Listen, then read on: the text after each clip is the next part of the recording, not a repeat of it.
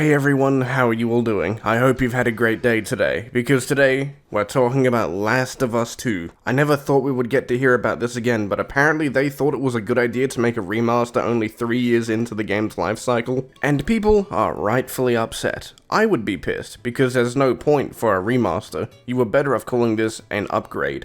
People wouldn't be as pissed then. And for some reason, Sony and Naughty Dog thought it was a good idea to actually make people charge for this upgrade, or whatever you want to call this sorry excuse for a remaster is. It's really pathetic. It's not a remaster. You cannot tell the difference in graphical quality, or the difference in lighting, or the actual features that would actually make it a noticeable remaster. It's very similar to the Dark Souls Remastered, where that changed pretty much nothing, and only fixed a couple bugs.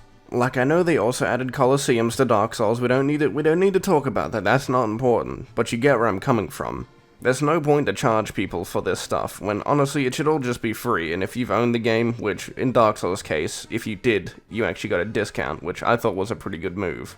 And even with Sony's move making people charge $10 for a practical upgrade isn't really worth, and I don't really agree with that move, as you're not changing much, you're only adding very small bits and bobs of content over the time. And even though there are some really good features within this remaster of Last of Us 2, like a roguelike game mode, I think that is pretty cool. It's a good way to incentivize replayability, and just give your players more stuff to do.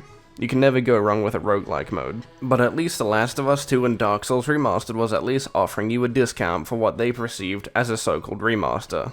And that's really it. If you own the game, you can get this upgrade for $10, even though I think most of us can agree from the dislikes to like ratio in many of these videos that cap for this stuff, it should just be free. With all this stuff being said and my rambling finally over, I've wasted around 1 minute and 50 seconds, so let's get into the salt so we don't waste any time, as we got some good stuff here from there. PlayStation fanboys capping about this. Ponies, as soon as Sony announced Last of Us Part 2 Remastered for PS5. I don't get what you're trying to mean by this. Are you trying to say that ponies are gay? Because I can kind of agree with that type of gif you're using, and it's good to see that you at least admitted that you are ponies, nothing more than that and nothing less. Last of Us Part 2 cost $10, now let's find another reason to cry and whine about some shit. J-Dub, do you not understand why people are complaining about this? It's because the stuff that they're adding should have been there in the first place as a free update.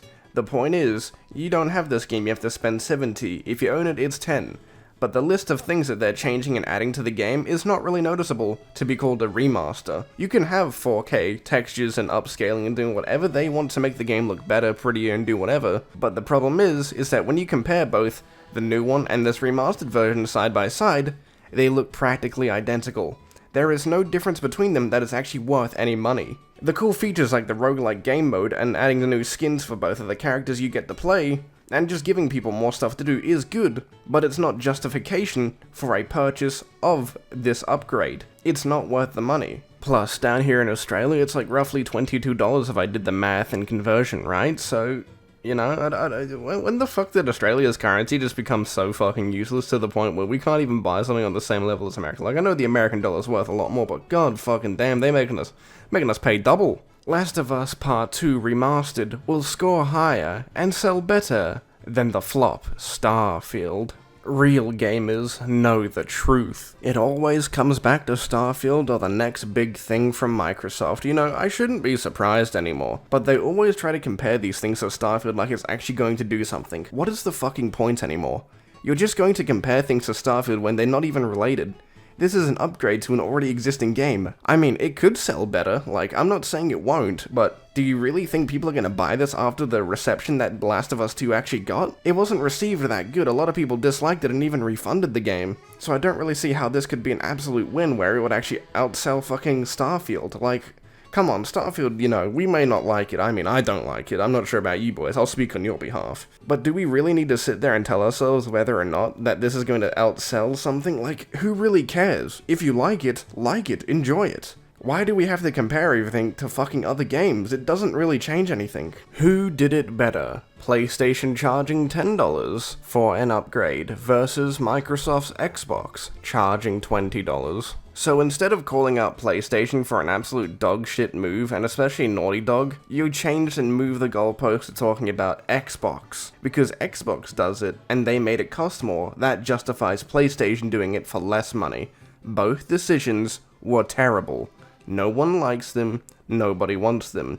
Both the Anniversary Edition for Skyrim and the Remastered Edition for Last of Us 2 should be free. I can remember when they released the Anniversary Edition, and my god, the modding community behind, like, Skyrim was absolutely destroyed. It took them forever to fix and upgrade everything to Anniversary Edition. Like, I don't know why the fuck Bethesda keeps updating Skyrim.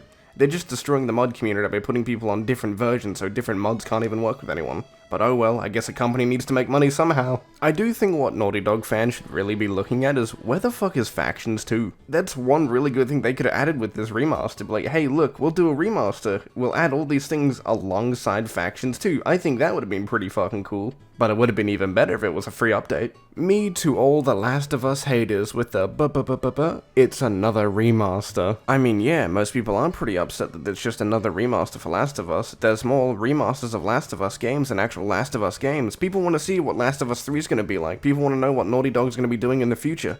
I would rather know that, because at least I'd know where my money's going, what they're doing, at least give your fanbase a hint on where Factions 2 is, and I know it's dead in the ditch and it's probably not going to work out or even come back, but come on, give your fanbase something to work with. So I'm just going to take a look at one of the replies under this, because I think it hits really close to home to what PlayStation fanboys, and just fans in general, really want to see from PlayStation, and what they're really asking for. It's such a simple request, but for some reason they just can't do it. Waiting for a Bloodborne remaster now. God, this man's gonna be waiting a fucking eternity.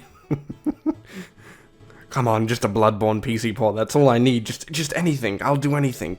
Bloodborne, come back to us, we need you. Honestly, I don't even know what PlayStation is thinking anymore. Like, you have such a big moneymaker right there. You could easily fix any licensing issues you may have to actually make this a better possibility than ever. And all you need to do is just announce a PC port.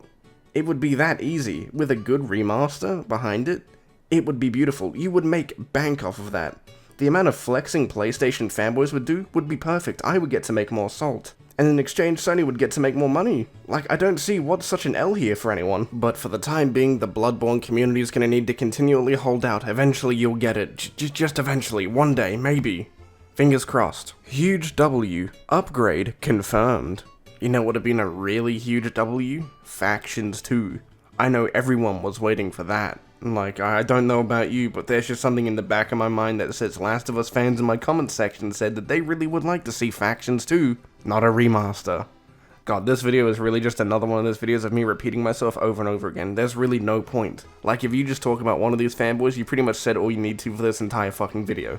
What does Last of Us Part 2 Remastered and the PlayStation Portal have in common? Lots of people who don't own a PS5 will try to convince you not to buy them. God damn it, Reforged, like, I don't get how, apparently, if you disagree with The Last of Us or PS Portal, you don't own them. You need to own them to actually criticize them. That is so fucking stupid. Like, if you're going for actual constructive criticism about, like, a game and what it has inside that game, you need to have actually played that game. I would have expected you to actually play that game. Like, if we use your logic saying that if you don't own it, you can't criticize it, my guess is, I'm going to assume that you don't own an Xbox. So you're not allowed to criticize Xbox anymore.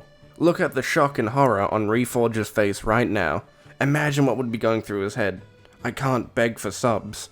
I can't sit there for like an hour or 2 hours criticizing Xbox for whatever stupid inconvenient reason he can find. Like, why would I need a PS5 to criticize a product? If it has something stupid in it, you're allowed to criticize it. You don't need to own the product. Of course, yes, you can get a better understanding of the product if you own it, but you're still allowed to criticize it. Your criticism is still as valid as anyone else. It just really depends on how stupid your argument is. Well, I don't really have much more to add. I think that's the best I can really give, but the biggest takeaway from this is that it's your money. You do you. Only you're gonna get value out of it if you choose to get value out of it. So, all of you take care, have a great day. I don't know, see you in the next video, boys.